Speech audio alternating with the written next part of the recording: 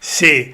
¿Sabes lo que pasa? Que yo tengo siempre el control, me gusta poner el control en otro lado porque, porque así puedes controlar todo.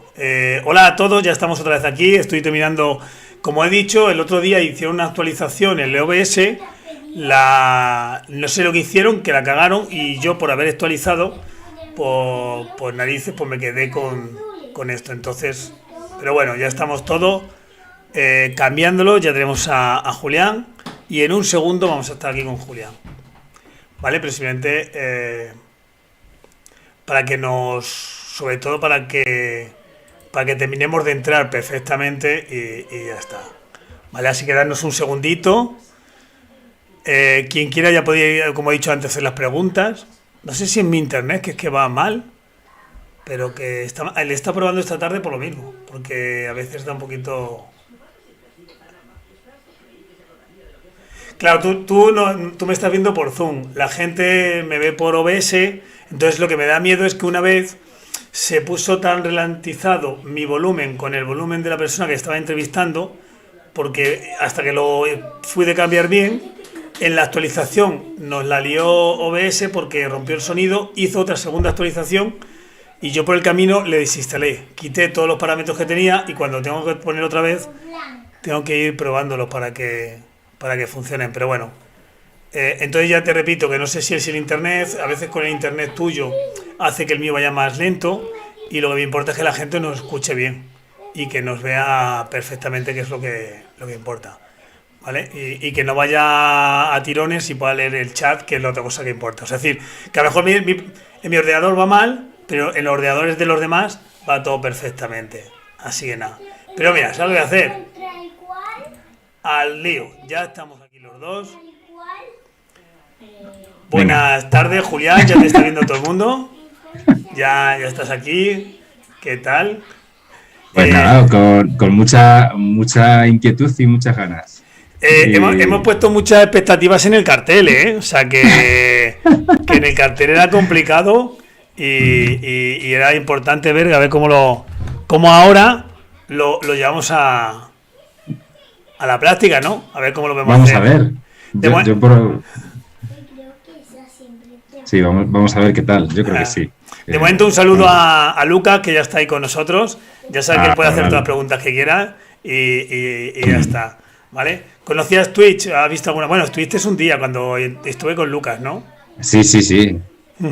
No, y de hecho, vamos, o sea, te sigo a ti y es verdad que Twitch está un montón de gente. De hecho, el último periodista este también, el Ibai este, ¿no? Que hizo mucho ruido con lo de Messi, que me llegué a enterar y todo. También tiene un canal en Twitch. O sea No, hombre, Ibai es sí, uno de sí. los potentes con el Rubius, con Aaron Play. Son Ujú. gente que tiene entre 8 y 10 millones de seguidores, ¿no? O sea Madre que mía. sí, sí, es una bestialidad que mueven. Y ellos cuando Mm. entran, ayer estuvieron jugando entre ellos y se llaman los. Tienen un grupo de streamer entre ellos y estaban jugando a un Ajá. juego y cada uno de ellos tenía alrededor de 180.000 personas siguiéndoles. En el mismo Madre juego, que a lo mía. mejor sumando, había momentos de medio millón de personas viendo cómo estaban jugando a un videojuego. Es brutal el movimiento de Twitch. Madre mía. Y tanta gente tiene para ver un videojuego. No, para ver cómo juegan. Sí, porque no hay que Mm. olvidar nunca que nosotros nos hemos criado en unos sitios donde estaba el UHF y la 2. Teníamos dos canales y para cambiar había que levantarse. Pero los chavales que tienen ahora mismo 16 años o 18 años ya han vivido una explosión de todo que nosotros nunca hemos tenido. Entonces, ellos viven a otro nivel y eso. Sí, sí, totalmente de acuerdo. Vamos, Entonces, sobre el tema del exceso de...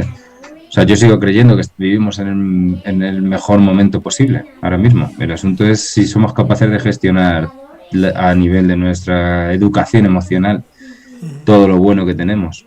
Que muchas veces nos echamos un poco de piedras, ¿no? sí, eso dice mucho Emilio Duró, no sé si lo conoces. Ujú. Dice eso, dice que estábamos en el mejor momento de nuestra vida porque todos son avances. Otra cosa es lo que Todo. hacemos con los avances, ¿no? Que- Claro, si es que ahora mismo esta mañana he tenido una reunión sobre cine con, bueno, pues con un cineasta y precisamente estábamos hablando de la capacidad creativa de los guiones que se están proponiendo a las productoras, de gente joven que está a un nivel tanto creativo como formal a través de un, bueno, pues de que saben componer muy bien las estructuras dramáticas y consiguen la forma y el fondo de lo que hablaba tanto Aristóteles con una perfección asombrosa y con una madurez increíble. Claro, es que tener tantísimo nivel de tecnología y tantísimo nivel de conocimiento, por mucho que intentemos denigrar el presente, que parece que si denigramos el presente somos más elocuentes o más profundos que si no lo denigramos, pues es como una especie de juego de los adultos, ¿no? Como que parece que nos sentimos un poco mejor si decimos que este presente es peor, ¿no? Yo, lejos de que ahora hablaremos de todo eso, porque yo soy un fiel defensor de lo antiguo en cuanto a los pensamientos, pero de lo moderno en cuanto al cómo vivir, ¿no? O sea, la lástima es que todo lo que tenemos en España no tuviéramos la capacidad de que en el mundo todo el mundo tuviera esto, a nivel de tecnología, de aparatos de la tecnología, de calefacciones y demás. Mauro, chico, que tengo aquí los pequeños, de vez en cuando los sacaré para que hagan una pregunta a ellos si hace falta. Pero a mí me gusta empezar por el principio, ¿no? Y el principio siempre en mi Twitch, por lo menos la gente que viene nueva, es ¿quién es Julián Vigó? ¿Cómo eres tú? ¿Quién eres tú? ¿Cómo le dices a la gente que eres tú? Pues empezamos ya entonces, ¿no? Ya estamos, ya llevamos un rato. Ya la gente... Ah, vale. Sí. Bueno, Gabriel, yo antes que vivía un poco en la certidumbre y en los universales, prácticamente yéndonos un poco a la escolástica medieval, que creía yo que sabía de la vida un montón de cosas y que había cosas, emociones y conocimientos del yo inmutables e irrompibles, pues te hubiese definido mi yo de una manera muy, muy absolutista. Sin embargo, después de una serie de vicisitudes vitales y de ahondar en lo existencial, Gabriel, yo soy una multiplicidad de seres que, dependiendo de cómo me tome el café por las mañanas o del azúcar que le eche, mi carácter va a hacer que tienda hacia un sitio o tienda hacia otro, sabiendo que lo único que me mantiene en el mundo es lo poco que sé. Pero por eso definirme a mí mismo de alguna manera, yo creo que en mi sano juicio ya soy incapaz de hacerlo. Bueno, aquí la gente que entra generalmente son profesionales del trabajo social y lo que dicen, bueno, soy trabajador social, trabajo en tal sitio, hago esto y luego a partir de ahí pues ya vamos hablando, ¿no? Eres quizá, no sé si eres la segunda o la tercera persona que viene al canal sin ser trabajador social.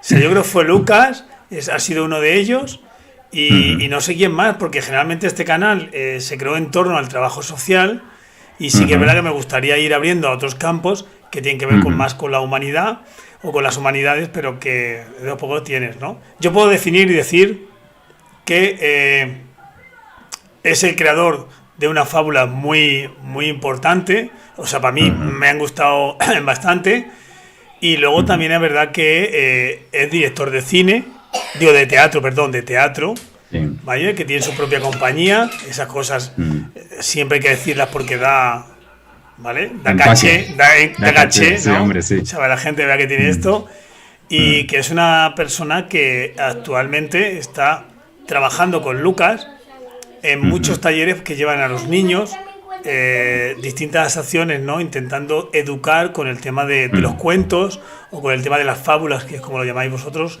y con el tema de los papeles. Entonces, eso ya es bastante.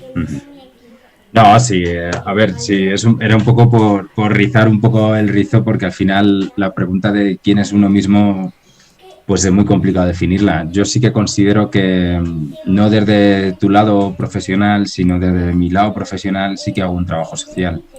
En el sentido en el que yo utilizo la herramienta teatral y la herramienta literaria para poner en valor ciertos ejes morales o ciertos principios éticos que pueden ayudar a la comunidad a ser un poco más equilibrada. No voy a decir ni mejor ni peor, porque ya te digo que estoy en una fase donde ya no creo en los absolutos, pero sí a entender un poco más al otro desde la acción, no desde la verborrea, ¿no?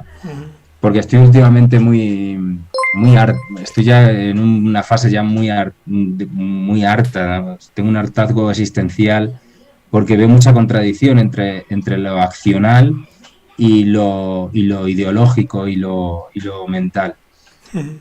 Creo y considero que el teatro es una herramienta activa.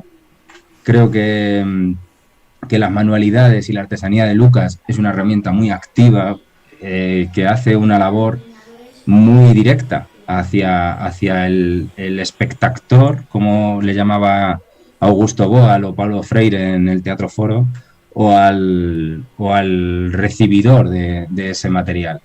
Y eso yo creo que hace muy, muy bonita la labor mía, que yo nunca pierdo de vista, jamás. Los colectivos, sobre todo los colectivos del margen, ¿no? Yo estoy muy sensibilizado con el margen, sobre todo después de mi experiencia personal, con las personas que están al otro lado de que la sociedad se olvida un poco de ellos, ¿no? O sea, yo he pasado por un momento vital de cierto desequilibrio económico y lo he llegado a pasar realmente mal. Y desde ese momento me he dado cuenta que no existen absolutos y que gracias al teatro y a la literatura he conseguido salvarme a mí mismo. No creo que yo salve a nadie, porque yo no tengo una visión salvífica del ser humano, pero sí que creo que con la escritura de fábulas, con la lectura de fábulas, con enseñarle a los niños toda la artesanía de Lucas y la maravilla de Lucas, podemos hacer que se agriete el iceberg, por llamarlo de alguna manera, ¿no? Agrietar el absoluto para que los niños entiendan que hay que buscar una pasión, algo que se ancle a la existencia en sí, ¿sabes? Buscar un motor. Creo que, bueno, lejos de que... Dos cositas. Primero, Norabeca, bienvenida al canal, con nosotros, espero que te quedes mucho tiempo, un seguidor nuevo. Y Caluf Gulf Tum, también bienvenido al canal y espero que te quedes mucho tiempo con nosotros. Si a lo mejor he dicho mal tu nombre, te pido perdón directamente, pero a veces nos ponéis difícil, a veces con los nombres. Así que, Caluf, bienvenido al canal, ¿no? Dos cositas solo, decirte, como te decía, la primera es que, bueno, a veces entendemos, o sea, no es que hagas trabajo social, sino que haces intervención social. El trabajo social es la disciplina que lo que hace generalmente es la intervención social. Y además ha dado un referente que en trabajo social se estudia mucho, como Freire, aunque es mucho más pedagógico, mucho más, pero como Freire dice dejar de memorizar cosas y empezar a comprenderlas, ¿no? Entonces, y luego has dicho una parte bastante importante que te une a quizás a mi gente que suele ver los directos, y es el tema de cómo trabajar, aunque nosotros generalmente le llamamos a las personas en situación pues vulnerable o vulnerable, tú has dicho, el margen, ¿no? Lo que a veces llamamos como los marginados, ¿no? Y sí que es verdad que el teatro y muchas veces la comprensión de este tipo de cosas puede abrirnos más que 60 libros, ¿no? O sea, el poder tocarlo como hacéis vosotros, el ir, hablarlo y que la gente lo palpe, pues a veces que tocar más que 60 libros. Roberto, buenas tardes, no somos sectarios, que como digo que siempre hablamos trabajadores sociales, me dice que somos muy sectarios. No, hombre, pero van no hay más gente que venga, pues somos los que somos y ya está, ¿no? Entonces, yo creo que sí, que el teatro, y a mí me gusta mucho lo que es la animación sociocultural, y lo que hacía gente como, por ejemplo, el brasileño que toca los tambores, se me ha ido el nombre ahora. Hay que es muy bueno tocando los tambores y... ¿Cómo se llama esto de tocar los tambores? ¿Qué brasileño? Bueno, pues ese o el propio... Ay, se me ha ido el nombre, el cantante de La Acepción. El Langui, ¿no? Langui, sí, claro, cómo enseña, o explicaba un día que enseñaba a rapear a los niños, siempre que vayan al colegio, se comporten, hagan todas las actividades, o sea, cómo lo cultural puede ayudar en muchos casos, y cómo lo cultural y el tema del teatro ha ayudado a que mucha gente pues no vaya por un camino más complicado. Claro, yo por ejemplo, cuando empecé a hacer teatro, que sobre todo cuando me vine a Madrid, empecé a dar clases, tuve la suerte de que pues en un instituto confiaron en el proyecto que yo tenía, que era contar los clásicos con un lenguaje de adolescentes, ¿no? Pero creando con estéticas muy de vanguardia. Gabriel, de hecho, yo conocí a Lucas porque fuimos con Tito Andrónico a Talavera y con un grupo de adolescentes que ganaron bastantes premios, a nivel nacional incluso. Y tuve la suerte de estar con ellos, con bastantes grupos, 16 años trabajando.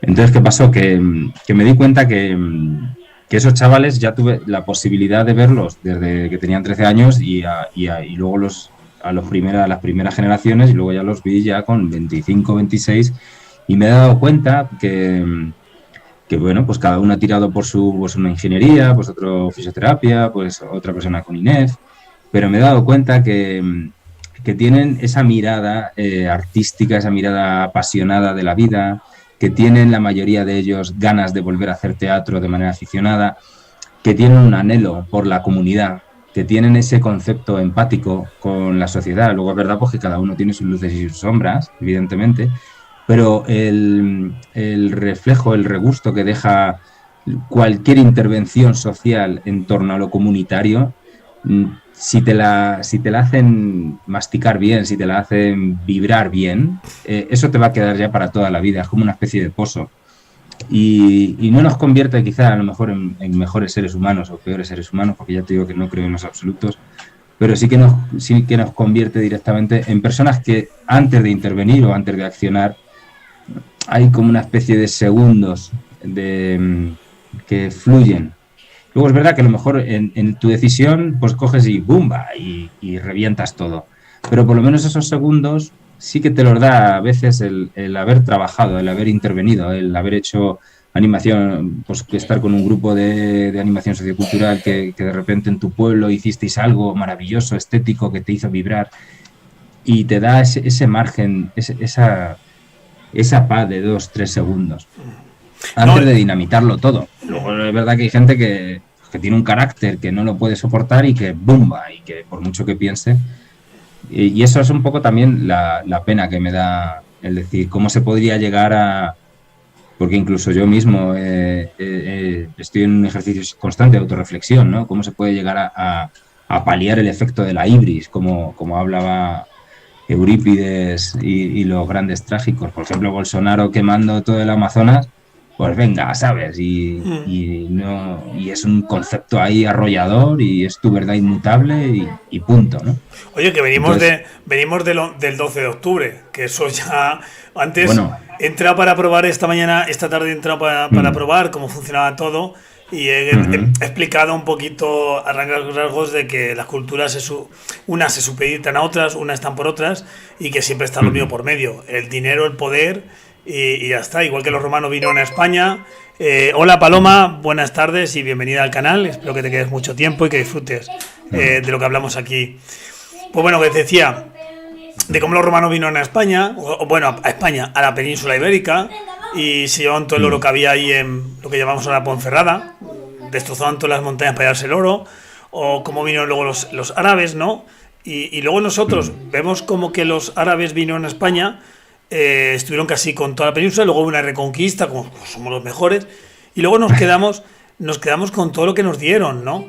Pero nunca estamos en situación, o sea, el español no vive como que los árabes nos hicieron mal y trajeron las alcantarillas, ¿vale? Una cosa tan esencial que en España no había, ¿no? El tema del riego, o sea, todos los acueductos y demás que pusieron de agua, o sea, todo lo que trajeron culturalmente, ¿no? Pero en eso no nos solemos quedar, ¿no? Nos quedamos en la parte, pues, está mucho más material y demás, pues dices tú. Y volviendo a lo que estabas hablando antes del teatro, ¿no? No creo que es el teatro en sí, yo creo que es la construcción humana colectiva, ¿vale? Menos el fútbol de algunos equipos, sobre todo si son de Talavera, que hay 3 o 4 equipos de Talavera que aquí miran más lo individual que el equipo, ¿no?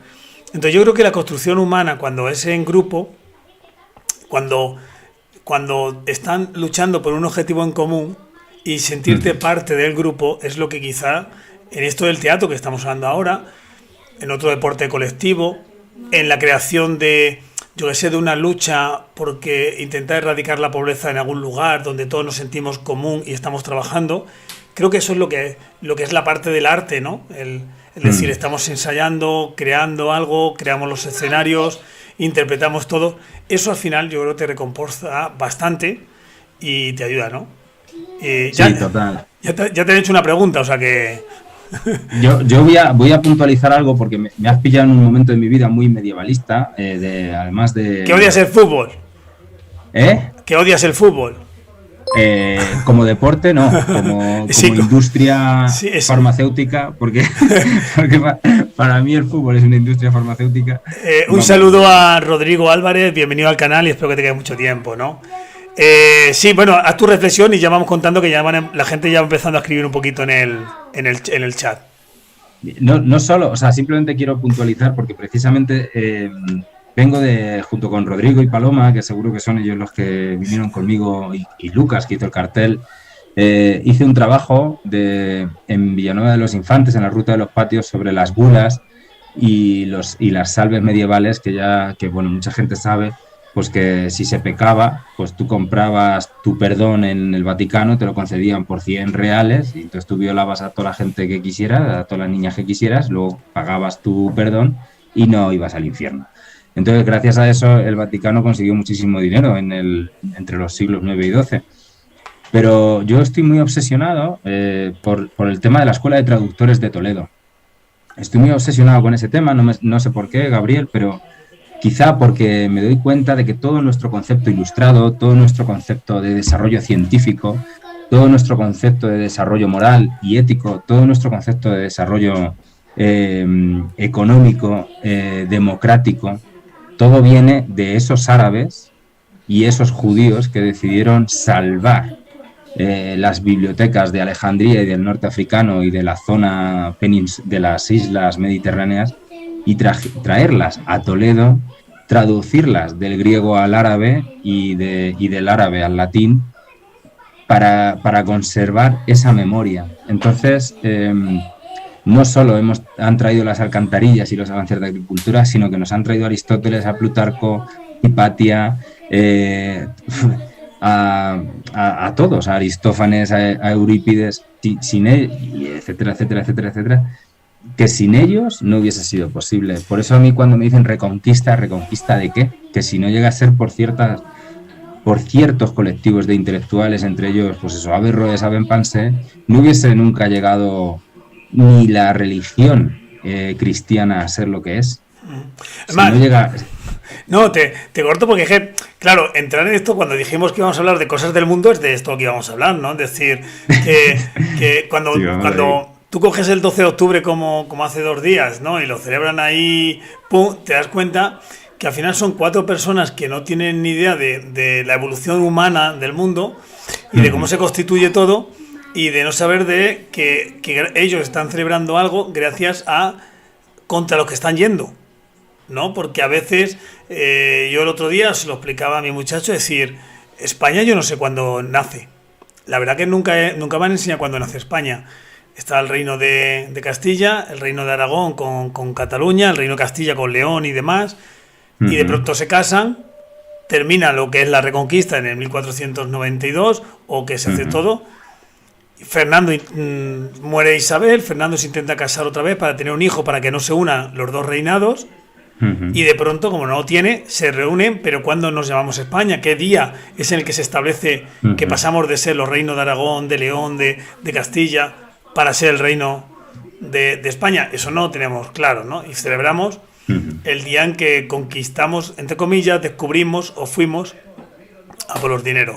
¿Qué quiero decir con esto? Es que ahora mismo el colonialismo sigue existiendo. Hombre, y es un... Claro, entonces, ¿cómo era el colonialismo anteriormente? Pues muy fácil. Los bárbaros intentaron cargarse a los romanos intentaron hacerse con todo el Mediterráneo. Luego vino Alejandro Magno y la que montó por aquel lado allá, pero luego estaban los egipcios con Cleopatra, que tela, la que liaron, que partieron los dos reinados de la Roma republicana y la Roma...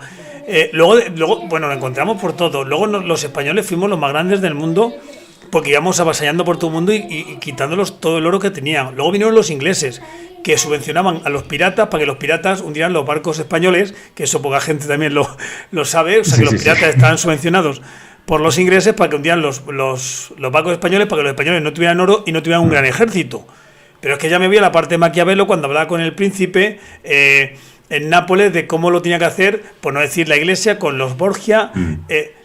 Lo que pasa es que ahora el colonialismo se hace a base de dinero, a base de multiempresas, multinacionales, que dicen, no, el gas va a costar tanto y vamos a invadir este país, el otro va a funcionar de una forma y vamos a otro país. O sea, es decir, que todavía no estamos en esa época.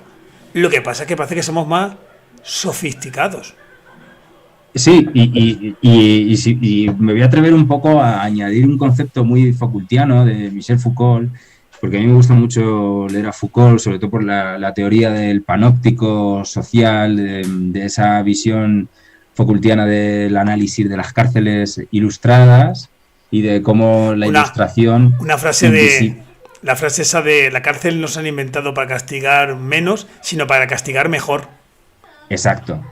Y en ese mejor estoy yo mucho... El otro día hablé con un compañero que es terapeuta y le hablaba de...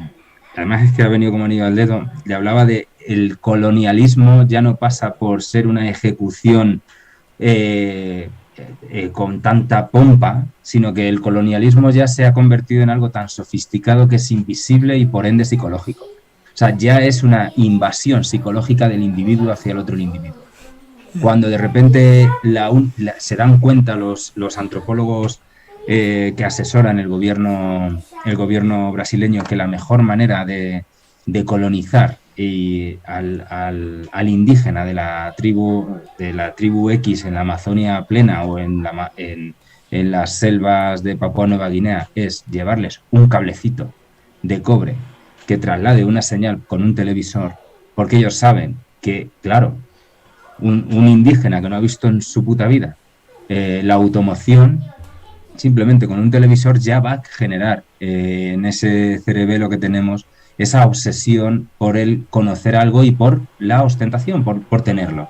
Entonces, claro, de repente es invisible. Te estoy colonizando de manera invisible. Si eso luego te lo llevas a las empresas, que de una manera naif y absolutamente guay, como por ejemplo Google, ¿no? O Mac, o Macintosh, que de repente son empresas absolutamente absorbentes, o los grandes bancos. Yo tengo un amigo que trabaja desde las 6 de la mañana, Gabriel, hasta las 8 de la noche.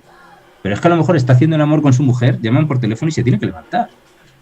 Que eso yo se lo he preguntado a su mujer, que es compañera mía también, y digo, ¿y tú cómo llevas esto? Bueno, pues es un tema que no vamos a hablar, David. Entonces digo, bueno, vale, no hablamos. Pero te quiero decir, ¿pero qué es esa invasión? ¿Pero cómo te han colonizado? Porque pagan bien, da igual por lo que paguen. Es el precio a tu vida. O sea, no se trata o sea, tenemos que saber determinar dónde se acaba nuestra libertad y dónde empieza a colonizarte el otro. O sea, hay un colonialismo psicológico, hay un colonialismo individual. Siempre intentamos imponer nuestras ideas al otro. De una manera u otra buscamos siempre logos en nuestro diálogo. Y cuando yo antes era muy así, yo hice un ejercicio de reflexión y digo, yo he intentado colonizar la mente de mucha gente. Yo lo hago con Twitch, muy mal. O sea, yo lo hago con Twitch. O sea, mucha gente se siente colonizada porque le digo, ponte Twitch. Y al final, o sea, darte cuenta, habrá gente que habrá dicho, joder, macho, ¿para qué lo habré probado, no? Y se dan cuenta, pero es una parte que es real, no lo que tú estás diciendo. Es decir, cómo diariamente creamos... Yo es que te he cortado porque digo, Maslow, todo el mundo le pone, bueno, las necesidades de Maslow en trabajo social hay que estudiarlas.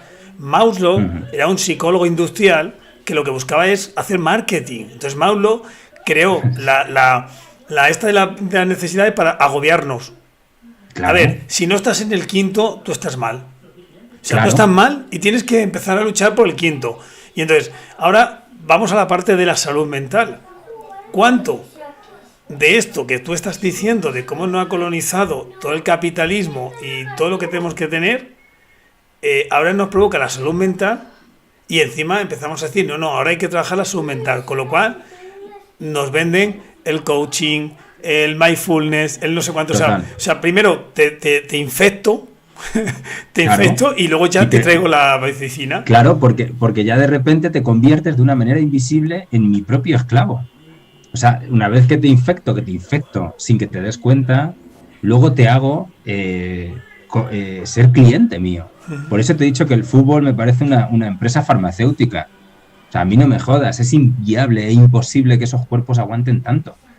Yo tuve la suerte de ser atleta con el Valdepeñas Athletic Club y yo me acuerdo que en el primer campeonato de España que corrí, Gabriel, tenía un atleta al lado mío que se llamaba Ricardo, una bestia parda, era increíble cómo corría el bicho, pero le quitaba los macarrones que nos pusieron, es que no se me olvidará jamás, nos pusieron macarrones a la boloñesa y el tipo le quitaba a los macarrones, teníamos 16 años, Gabriel, le quitaba la carne y yo, claro, yo me hinchaba, porque claro, yo vengo de pueblo, y digo, hostia tú, venga a comer aquí. De hecho, me echaron una bronca porque me fui con un amigo de Membrilla a comer churros la noche antes del campeonato. Claro, estábamos en Vitoria, 16 años, guay, una churrería, pues nos inflamos a churros. Tío. Claro, luego al día siguiente pues se notó. Pero el asunto es que le quitaba la carne y yo le dije a Ricardo, digo, pero Ricardo, ¿qué haces? Y me dice, David, yo la proteína me la ingiero con pastillas de proteína. Entonces yo me fui a su habitación incrédulo y evidentemente se suministraba pastillas. Luego Ricardo le seguí un poco la pista hasta que ya la han descubierto que evidentemente se dopaba. Entonces, claro, si estamos hablando a esos niveles de esos deportistas, ¿cuánto no se limitará, cómo no se legitimará ciertos excesos tanto en el ciclismo como en los deportes, como en la NBA? Es imposible. Y lo siento en el alma que me digan que nadie se dopa. No es que se dope o no se dope, es que el dopaje es una cuestión de legitimidades que favorece la industria, que la industria está metida directamente con los poderes fácticos, que son el poder, son los gobiernos y son las democracias, porque lo que en España es doping, en Francia no es doping. Entonces, es el espectáculo, el business. Hombre, no hay que olvidar el dumping también que tenemos de fiscal y demás. Voy a hacerte la pregunta del chat, porque bueno, nos hacen pocas preguntas. No os aburráis, Paloma, Rodrigo, podéis hablar por el chat, podéis preguntarle y decir cosas para ello, ¿no? Maestro Fábula o Lucas te pregunta, ¿te sientes mejor como escritor, director o como actor? Es que te digo, te corto porque de lo que estamos hablando era de lo que veníamos a hablar, ¿no? De cómo el mundo está hecho y necesitamos más humanistas, ¿no? Al final no cambia ni el título del directo, nos llamamos Emprendimiento y Más Trabajo Social. Bueno, igual. Emma, un saludo, muchas gracias por seguirnos, bienvenida al canal. Espero que te quedes mucho tiempo por aquí con nosotros, ¿no? ¿Qué te siente mejor, escritor, director o actor? Yo pues es que, por ejemplo, el otro día tuve la suerte de actuar en Infantes, joder, y me estoy viniendo muy arriba. Me encanta actuar, pero porque yo las únicas veces, los únicos años que actué fue como manipulador de guiñoles y me encantaba. Afortunadamente mi naturaleza y mi genética me ha dado una voz que gracias al bar que tenía mi padre en la plaza, pues mi padre tiene unos resonadores y un bozarrón que, claro, tenía que sujetar bien la voz para escucharlo, que mientras que estaba en la orquesta, mi padre pegaba una voz y se oía la ración de patata, ¿sabes? Entonces, claro, todos los hijos de mi señor padre tenemos unas voces graves, potentes, y entonces es verdad que gracias a las vicisitudes estas de la vida, en la que desgraciadamente ya no estoy en mi teatro, en el Teatro Montalvo, pues he actuado y la verdad es que me siento muy bien. Pero es verdad que dependiendo el momento de mi vida, es que adoro todo.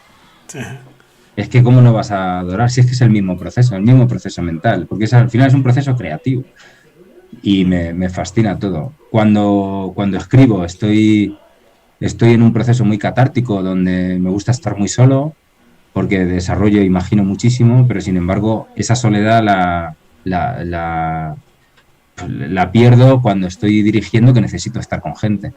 Me encanta todo. Si es que a mí el proceso creativo es lo que me mantiene con vida y yo creo que al maestro Fábula también.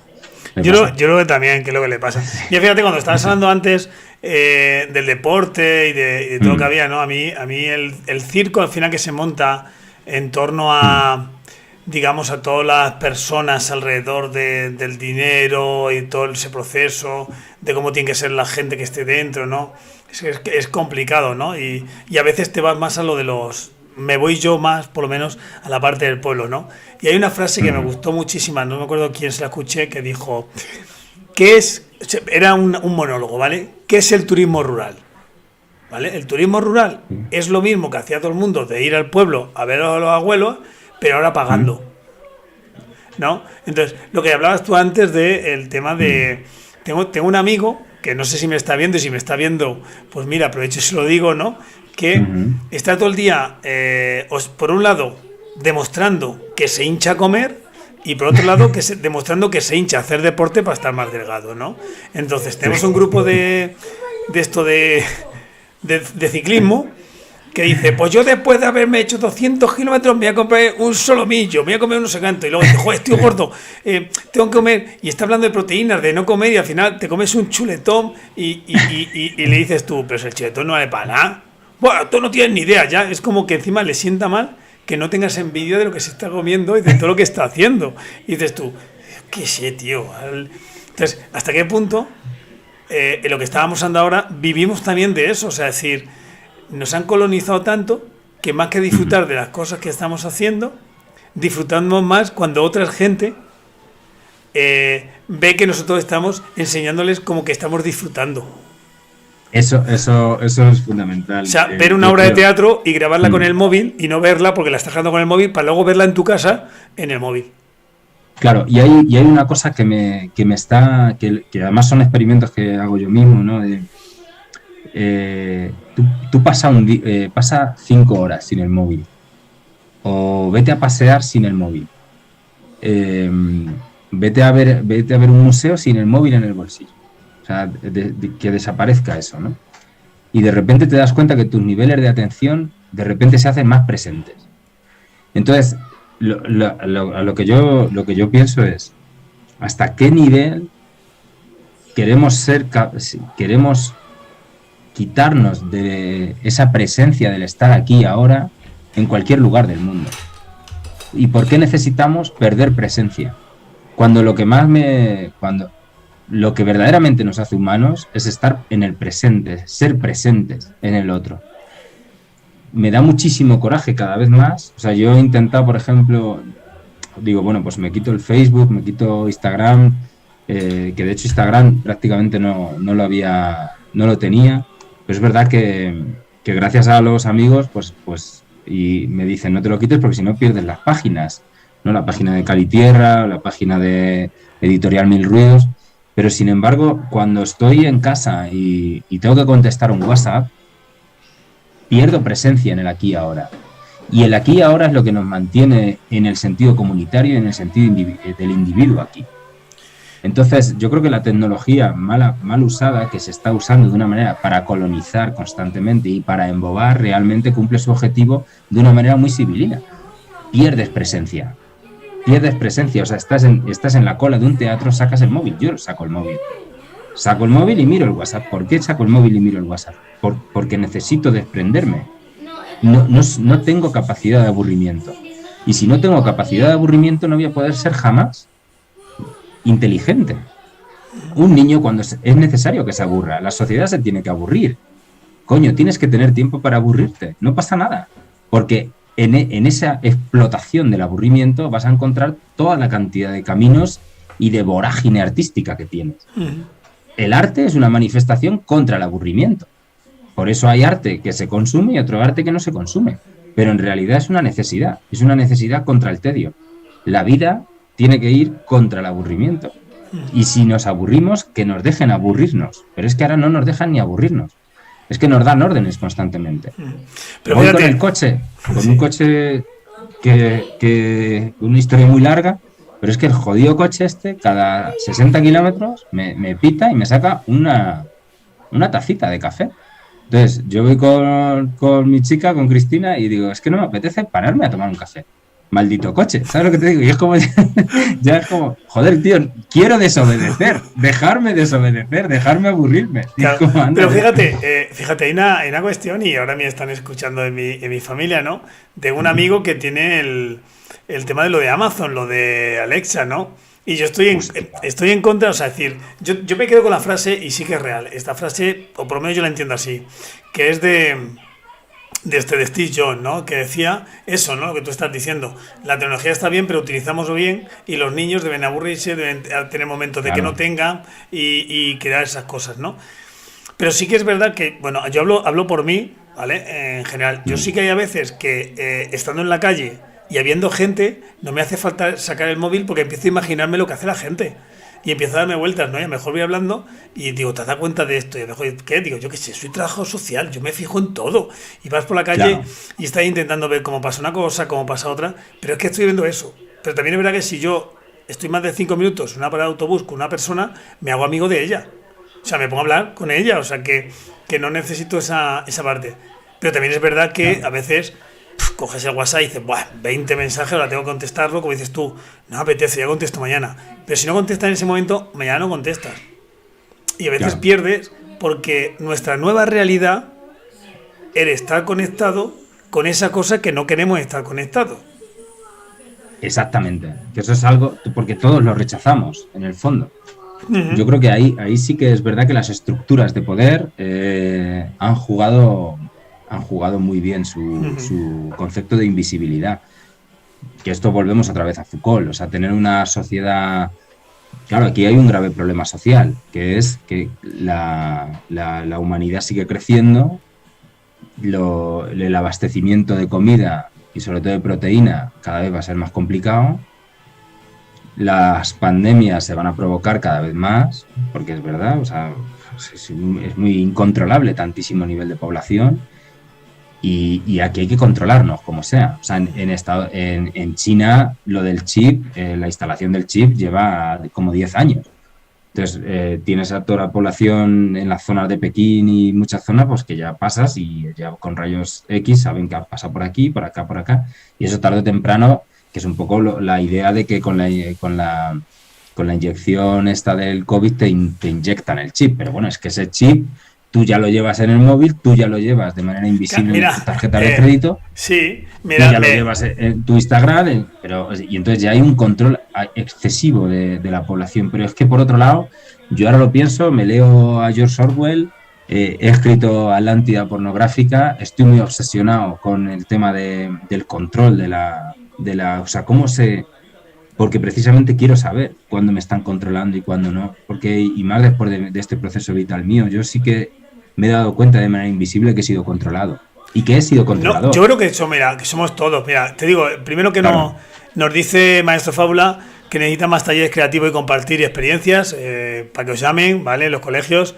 Roberto nos decía que Robin Nestia ya lo decía en sus conciertos, lo del grabar con el móvil, que lo hemos dicho hace ya tiempo. Y pone David, ¿te Ujú, has leído el libro de 45 axiomas? ¿Qué te parece? Esa es la pregunta de maestro. Pero bueno, yo tengo un comentario que me han hecho antes que me ha gustado mucho y sí que me ujú, gustaría, a veces lo digo, aunque parezca un poquito gólatra, pero bueno, en mi libro lo pongo, lo soy y ya ujú. está, no, no es malo serlo si lo sabes.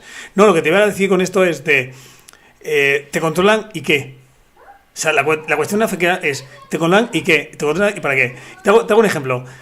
Ujú. Este fin de semana hemos salido en coche, ¿vale? Y claro, tú dices, ¿cómo sabe Google que esta carretera está en amarillo o está en rojo o está en azul? ¿Me entiendes? Para saber por dónde te lleva, ¿no? Mm, ¿Vale? Y claro, hablando yo se está aplicando mucho, es decir, Google sabe cuánta gente va en mi coche, o sea, más o menos, mm, por el número de ujú, móviles. Dice, va, el marido y la mujer están fuera de casa, seguro que van con los niños.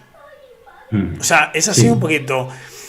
Luego, claro, ellos van viendo todos los móviles. Ellos tienen localizados todos nuestros móviles. Y saben que en sí, una sí. carretera, en no sé cuántos metros, hay no sé cuántos móviles. Ahí hay muchos coches. Y encima esos móviles nos están con el GPS vigilando si nos movemos rápido o no. Y están diciendo, la Mm, velocidad de esta gente es de unos 20 kilómetros por hora en mm. una carretera que hay que ir a 120. Ya está, lo ponemos en rojo. Pero cuando ya nos paramos, nos ponen un rojo intenso. Es decir, con nuestro móvil, Google nos ayuda a movernos. Entonces, por eso te Sí, digo, si el control es para tener una vida más fácil, ¿es mejor, es peor? O si el control es porque te molesta que te controlen. Porque si a mí me controlan para tener una vida más fácil, me molesta poco. Ahora, si me controlan para que esté y no pueda hacer cosas, es peor. No, pero aquí vamos a lo que habíamos hablado al principio. Personalmente creo que aquí viene la colonización psicológica. Tú sabes que eres controlado y por ende tú ya te hacen una lobotomización invisible. Tú ya no accionas de manera espontánea. Se habla mucho de la pérdida de la espontaneidad y la pérdida de espontaneidad lleva implícita la pérdida de humanidad. Y la pérdida de humanidad lleva implícita el fin del arte, el fin de la expresión artística. Ya, si tú sientes que eres controlado, el otro se convierte también en ojo controlador. Entonces tú ya no vas a poner la mano sobre la piedra, ya no va a haber esa inquietud de decir aquí dejo yo mi huella, ya no va a haber un pasado como el Atapuerca, ya no va a haber nada. O sea, esto es en un sentido muy catastrofista, ¿no? Pero el control no sirve, da igual, porque estoy completamente seguro que yo, por ejemplo, en mi caso, yo no soy nadie, da igual lo que haga, da igual el dinero que me gaste, porque no tengo apenas.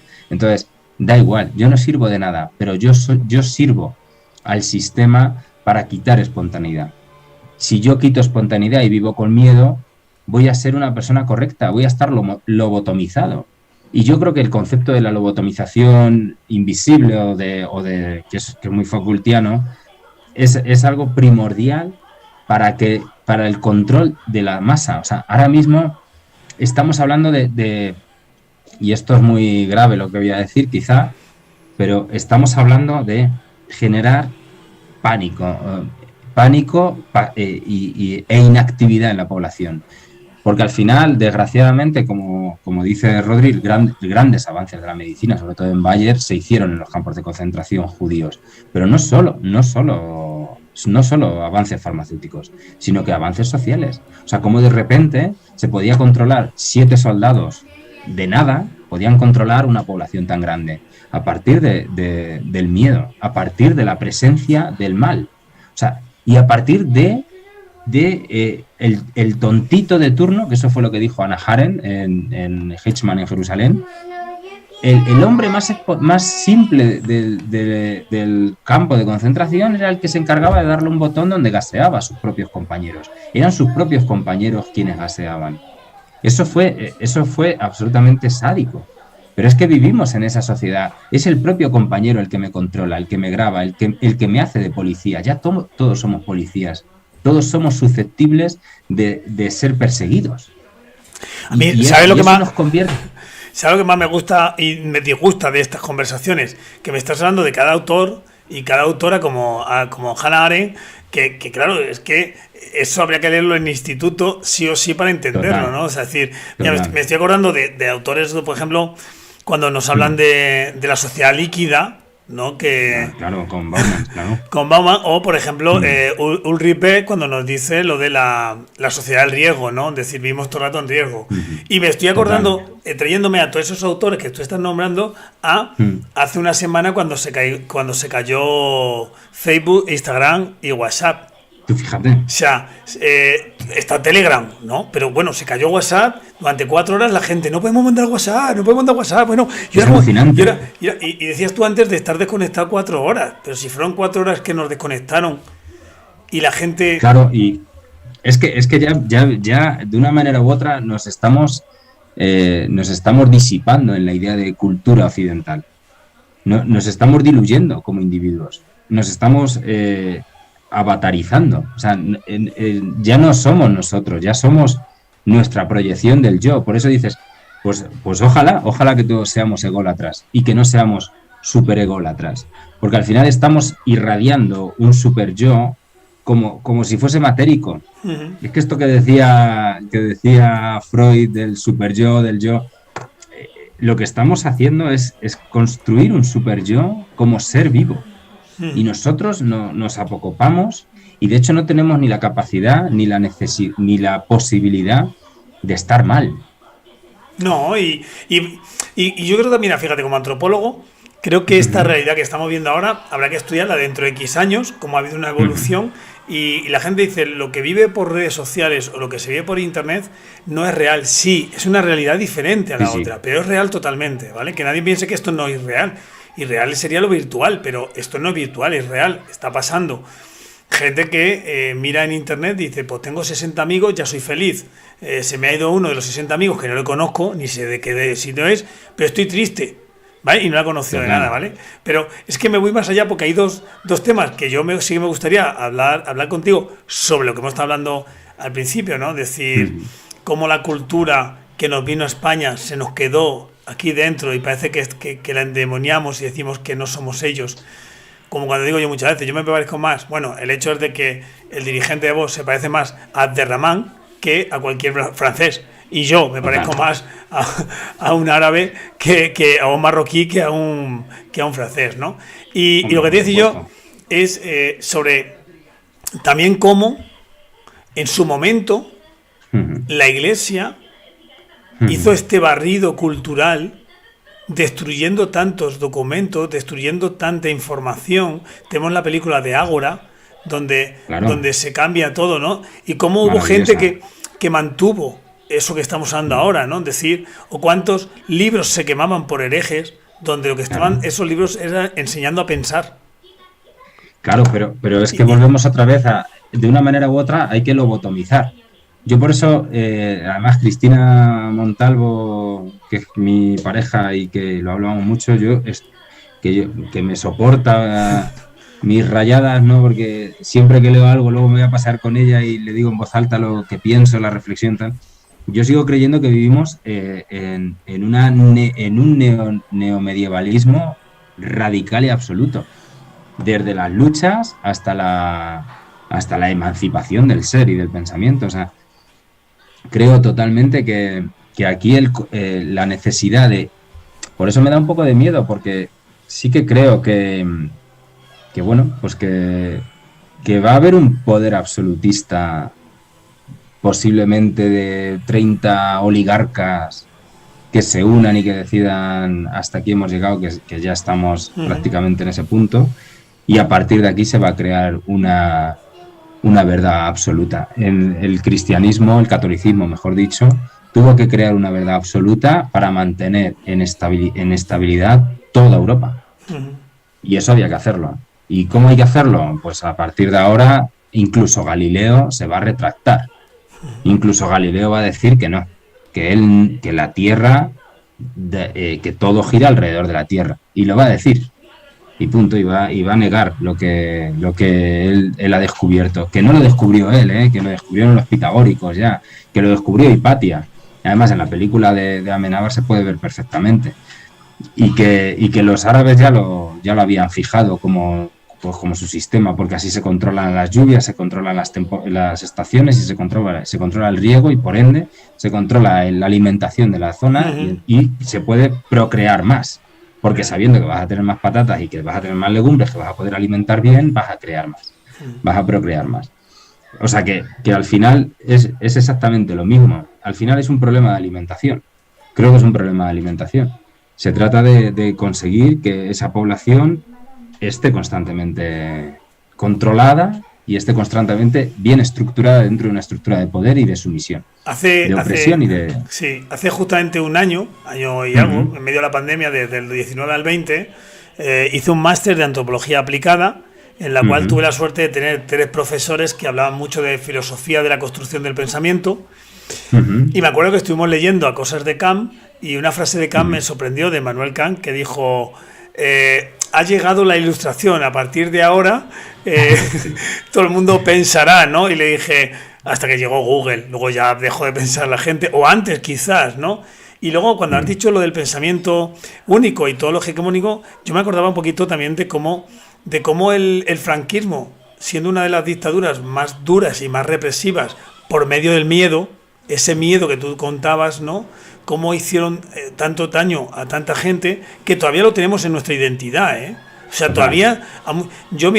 mi tío, mi padre y otra gente que hasta hace 4 días nunca me habían hablado abiertamente un día se pusieron a contarme familiares, cosas que habían sufrido, mi tío que tiene que haber ido a desenterrar a su propio tío, y cosas así que nunca me había contado, ¿vale? Hasta, o sea, ya habían muerto Franco, ya habían pasado 30 y tantos años, 40 años, y ahora ya abiertamente lo hacen, ¿no? O sea, hay gente que el día que se trasladó los restos desde un lado a otro, hizo una fiesta en su casa a escondidas, porque todavía existe un miedo de que te pase algo, ¿no? En la calle, por decir esto que estamos diciendo, ¿no?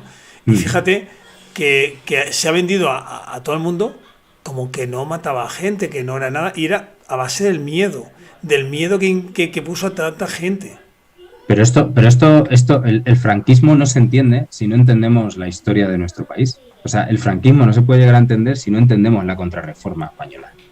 Mientras que en toda Europa existe los anabaptistas, el resquebrajamiento del catolicismo, los anabaptistas, los anglicanos, sobre todo los luteranos alemanes y austríacos, y deciden que las Sagradas Escrituras ya tienen que servir como fuente individual de interpretación familiar, o sea, es decir, donde tú puedes leer la Biblia y contársela a tus hijos desde tu manera de entender la Biblia, y de repente llega la Contrarreforma española y se niega en rotundidad a eso, y llegan los españoles y dicen, no señores, el Vaticano dice esto y los preceptos católicos son estos, punto. La Biblia sigue siendo poder de la Iglesia.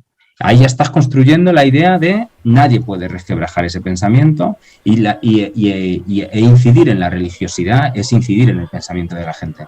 No, yo soy completamente gnóstico, adoro la historia de las religiones, pero lo que sí que sé es que es el mayor conducto de sistematización filosófica y social de la gente. O sea, no se puede entender al ser humano si no tiene esa capacidad metafísica de creer en algo más allá del mundo. Pero ni los asiáticos, o sea, los asiáticos desde su pragmatismo de acción, de los yogas a través de la fisicidad, se trasciende el alma y puedes llegar a conectar con el más allá, hasta los dogmáticos bíblicos, es decir, los judaicos, los islámicos y los cristianos.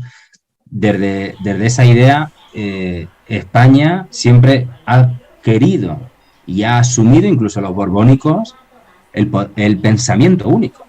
Entonces, claro, el franquismo no deja de ser un río más de esa contrarreforma, porque automáticamente el franquismo se ata directamente al catolicismo y crea un pensamiento único, cuando de repente ya en la República, incluso de Primo de Rivera, ya se estaba reventando el pensamiento único, ya se estaba dejando a la gente, pues oye, pues un poco más de empatía. En la República de Azaña, evidentemente, las dos repúblicas, pues evidentemente se consigue, pero que no, que España tienda al pensamiento único. Y hay una cosa que el otro día surgió con Pepe, el terapeuta, que estábamos hablando, y le dije, Pepe, ¿por qué es más fácil ser sometido? O sea, ¿por qué es más fácil la sumisión? Y entonces, evidentemente, a nivel psicológico, es más fácil obedecer. Lo difícil es crear ese pensamiento. Entonces, en el espíritu humano sí que tendemos a obedecer más que a generar direcciones. Es muy difícil y entonces, si los poderes ya nos están cuestionando que tú no eres una persona respetable y no eres una persona con cierta moral o tienes una conducta absolutamente macabra, a ti no se te va a poder seguir, independientemente de lo que digas. Entonces, los poderes fácticos cogen como, por ejemplo, al conejillo de Indias, que de repente fue Pablo Iglesias, que moralmente tiene una ética establecida, pero de repente lo machacan. Hombre, tampoco se trata de machacar a las personas tanto. Yo creo que, por ejemplo, Suárez hizo más escabechina que Pablo Iglesias y no se le atacó de esa manera, que es que incluso le atacaban a los niños pequeños. Un poco de respeto en esa cosa, pero sí que es verdad que España siempre tiende al pensamiento único, y eso es lo que estaba haciendo un poco Vox, que generar un pensamiento único, que eso, cuidado, que a nuestro país desgraciadamente nos gusta mucho, porque lo tenemos en sangre. El pensamiento único, el catolicismo. Nosotros no somos luteranos, nosotros deberíamos haber tenido una revolución eclesiástica y no la tuvimos, nos negamos a ahí en la película, creo que es en una de las películas de Dan Brown, del libro de Dan Brown, no sé cuál de ellas, dice, no sé qué de España, dice, sí, el lugar donde el catolicismo tiene más poder que en la propia Roma. Pero claro, pero vamos, acuérdate con Rocco Varela, bueno, fíjate ahora lo que ha pasado en Toledo, que han cogido al deán lo han machacado, no se sabe dónde está en paradero desconocido. O sea, la iglesia en España ha necesitado una reforma y no la ha tenido. Y ese es el problema, sinceramente, que yo creo, bajo mi humilde conocimiento, que tiene en nuestro país. Y que tiene la radiografía de nuestra sociedad. Porque por mucho que neguemos servir al catolicismo, pues yo, por ejemplo, no soy siervo del catolicismo, hemos secularizado el catolicismo. Lo tenemos en nuestra radiografía empresarial y en nuestra radiografía como seres trabajadores de grandes empresas. O el Estado lo vemos con una jerarquía que no es normal. O sea, Pedro Sánchez va con su Falcon donde haga falta y se cree un misionero capitalista, como digo yo. Digo, bueno, pero bueno, este tío que está reformando Doñana, un chalezaco ahí que va con su mujer, con su Falcon, con el nivel de contaminación que tiene, hombre, y a fiestas privadas con un Falcon, ¿pero esto qué es? Y es por la idea jerárquica. El otro día asistí a la película de Almodóvar en Calzada de Calatrava y fue la ministra de Puerto Llano, que es un lujazo tener una ministra de nuestra tierra ahí en Ciudad Real. Pero claro, es que te das cuenta que necesitan una protección que no es normal. O sea, tantos guardias civiles, tantos policías, no es normal, no es normal. Que sea notorio que Carmena vaya en metro, que sea noticia, es una vergüenza para nuestro país. No, hombre, no, lo normal es que vaya en metro. Pero es que, claro, la sociedad tiende a la agresividad, porque queremos ser buenos católicos. Sinceramente lo creo. Bueno, no te voy a preguntar yo por el deán y lo que ha pasado en la catedral, porque ya eso sería... Yo creo que también lo que has dicho, una cosa que creo que es interesante, es que al fin y al cabo el ser humano no puede estar fuera de la religión. O sea, no existe ninguna cultura sin religión. Aunque tú luego piensas, decir, bueno, yo soy agnóstico, generalmente no puede estar fuera de lo que es la religión. El problema es que las religiones se han ido modificando para adecuarse muchas veces a los espacios de pensamiento, digamos, y las reformas que ha habido de pensamiento, menos la católica quizás y la islámica, ¿no? Sobre todo la islámica más radical. Sí, la bíblica. Y las demás han sido más abiertas para que la gente pueda entrar, ¿no? Una reforma que pedimos todos es que los curas se puedan casar. Fíjate, y lo pedimos gente que a lo mejor ni procesamos la religión, decir, pero porque se casen y así por lo menos nos evitamos otro tipo de situaciones, ¿no? Pues sí, pues total, y luego, pues mira, pues eso, pues a colación de lo que estábamos hablando, los luteranos, pues bueno, pues son, joder, ¿cómo se llaman? Son pastores que se casan y tienen su familia, sus hijos, y los educan en torno a sus preceptos religiosos, vamos a llamarlo así. Pero claro, es que es algo que no se comprende. Dios no tiene nada que ver con la institución política en la que se ha convertido. Por eso ni España tiene nada que ver con la ideología política en la que se ha convertido. O sea, no puedo llegar a entender que el concepto de nación sea más potente o menos potente dependiendo de las siglas ideológicas que cada uno tenga. No, el concepto de un país va mucho más allá del concepto político, porque la política es una cosita más de todo lo que atañe a un individuo y por ende de todo lo que atañe a un país. Un país no es solo política, eso es falso. Pero eso es verdad. Pero bueno, vamos a ir medio que terminando también, porque si no yo me podía estar hablando horas y horas aquí muertas. Madre mía, y yo también, Gabriel. Así que pues nada, quedaremos tú y yo por WhatsApp e iremos hablando y demás, ¿no? Y bueno, sí que te he hecho una pregunta y esa pues me la quedo, que si te has leído el libro de 45 axiomas y por supuesto, ¿qué te parece? Yo sí que me he leído el vuestro, también me parecen que las fábulas, sí que es verdad que quedamos, el día que estuvisteis, hola Bea, ¿qué tal? Bienvenida al canal, espero que te quedes mucho tiempo con nosotros. Yo sí que me quedo con vuestro libro, lo que he hablado esta tarde le he sacado y le estaba aquí enseñando y diciendo que ibas a venir, hablando con él. Me quedo con una reflexión que dijo la mujer cuando fuimos a la presentación, y es que a veces tiende más a ser para personas adultas por el lenguaje. Entonces yo a todo el mundo se lo digo, pero es muy bonito leerle. Quizá ese lenguaje a los niños hay que explicárselo y hay que hacerle también que entienda. Y a veces me planteo si no es un momento también de que los niños entiendan ese tipo de lenguaje, ¿no? O sea, que sea la edad de empezar a hacerle, ¿no? Entonces quiero hacerte dos preguntas sobre el libro, sobre este libro, ¿no? Es decir, cuando estás escribiendo el libro, ¿son reflexiones de esas que tú has dicho, de tu momento en el cual piensas que todo se desmorona y que Porque yo tengo una cosa clara, la pandemia nos ha demostrado lo que yo ya por lo menos entendía, que es que la sociedad está cogida con hilos o con pinzas y que vienen de vez en cuando momentos en que se derrumban. La caída del muro de Berlín, el no sé qué, o sea, una vez se derrumba para bien, para construir algo mejor, y otra vez se derrumban para construir, pero siempre como se rompe todos esos poderes que están creados, ¿no? Entonces, a la hora de escribir los textos que tú escribes en el libro tuyo, ¿vale? ¿Dónde estás en ese momento? ¿En el momento que el mundo se me ha derruido o en otro momento anterior? ¿En qué momento estás cuando estás escribiendo? Pues estuve en un pozo prácticamente sin salida, Gabriel. Estaba en un proceso de separación personal con mi antigua pareja, llevaba 18 años, estaba viviendo en su casa con mi hija, el teatro tenía deudas y prácticamente era insalvable.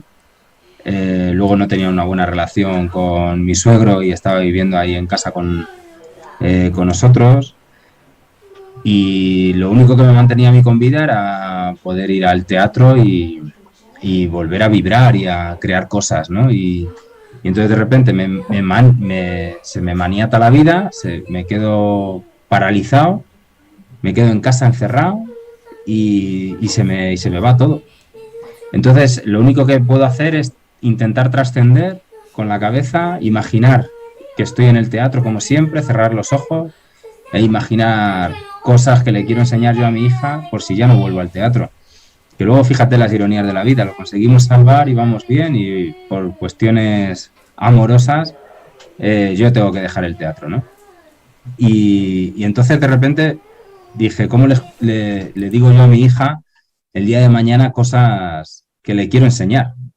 Y fue así, fue empezar a soñar con mis amigos, con experiencias, con hechos que habían sucedido en el teatro, imaginarlos de una manera fabular, porque en el fondo la vida siempre la estamos fabulando, y entonces lo empecé a construir. Y luego Lucas me dijo, David, esto tiene posibilidades, me gustaría ilustrarlo, dame la posibilidad. Y yo estaba tan hundido que dije, pero si la posibilidad me la estás dando tú a mí, ¿sabes? Porque yo eso lo escribí para subirlo a Facebook de vez en cuando y ya está. Y con eso me satisfacía, ¿no?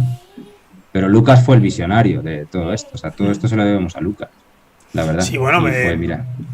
Muchas veces los artistas dentro de los grupos de música son los que componen las canciones y los genios matemáticos son los que convierten esas canciones en éxitos, ¿no? O sea, es decir, entonces aquí ha habido un buen tándem de una persona que tiene capacidad de crear y otro que ve la posibilidad de que esa creación se convierta en una forma de vida y en una forma porque al final lo acabó es lo que estamos hablando. Lo hubieras regalado en Facebook y de esta forma pues has podido crearlo, ¿no? Y trabajar y ayudar a la gente. Así que total, magnífico total. Por ese lado. Y luego la última pregunta por terminar es, bueno, está el libro de fábulas, estáis haciendo talleres, quien sea, ya sabéis que le tenéis que buscar por Instagram, por Facebook, yo lo suelo colgar cosas de ellos también, y buscarlo es de el futuro. Habéis creado, por medio de este libro, habéis creado una editorial, ¿no? ¿Vale? Sí. ¿Qué proyectos hay de futuro? ¿En qué estáis pensando para terminar este 2021 y empezar el 2022?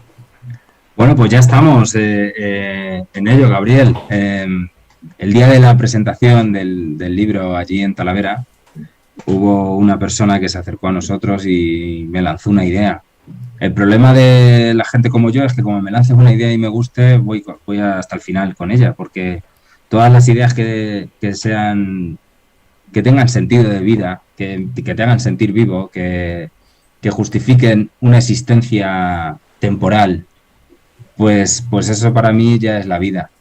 O sea, y me hizo una propuesta que no sé si la puedo decir porque Lucas dice que no la digamos. Bueno, no la diga, di que hay una propuesta y que hay una cosa y luego en el futuro cuando esté vienes y la cuentas.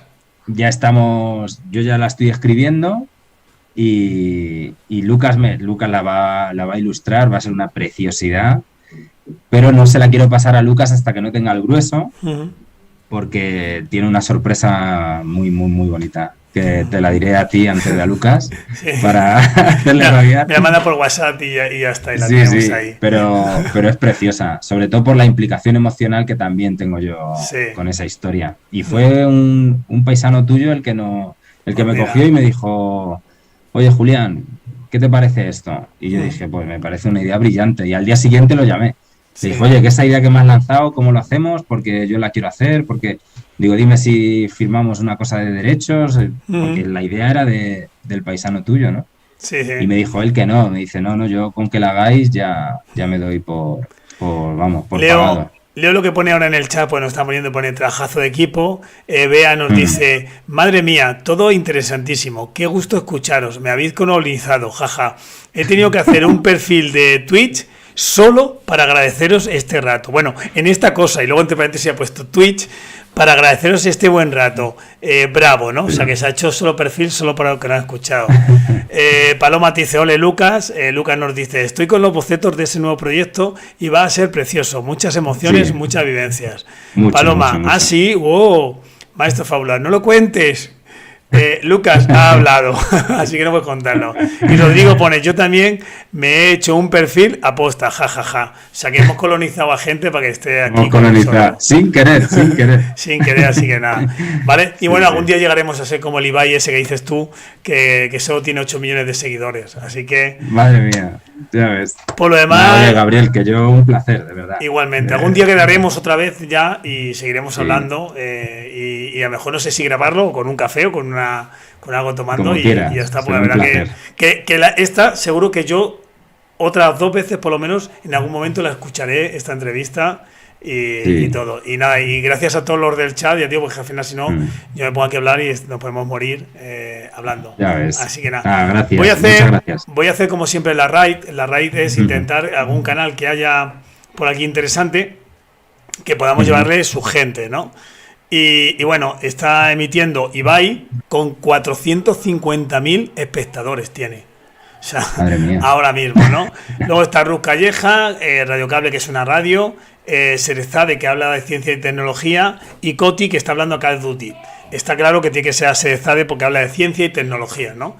Simplemente lo que hacemos con esto es yo siempre pincho, iniciamos un raid y de aquí a un segundo toda la gente que está viendo a nosotros va a ir a su canal para que pueda hacerlo, ¿vale? Así que ya lo estamos mandando, queda un segundo, así que bueno, despedirnos todos. Un saludo a todos. Muchas gracias. Adiós y que disfruten del canal. Ha sido precioso. Luego te mando el link para que lo puedas ver otra vez, ¿vale? Vale. Hasta luego. Chao.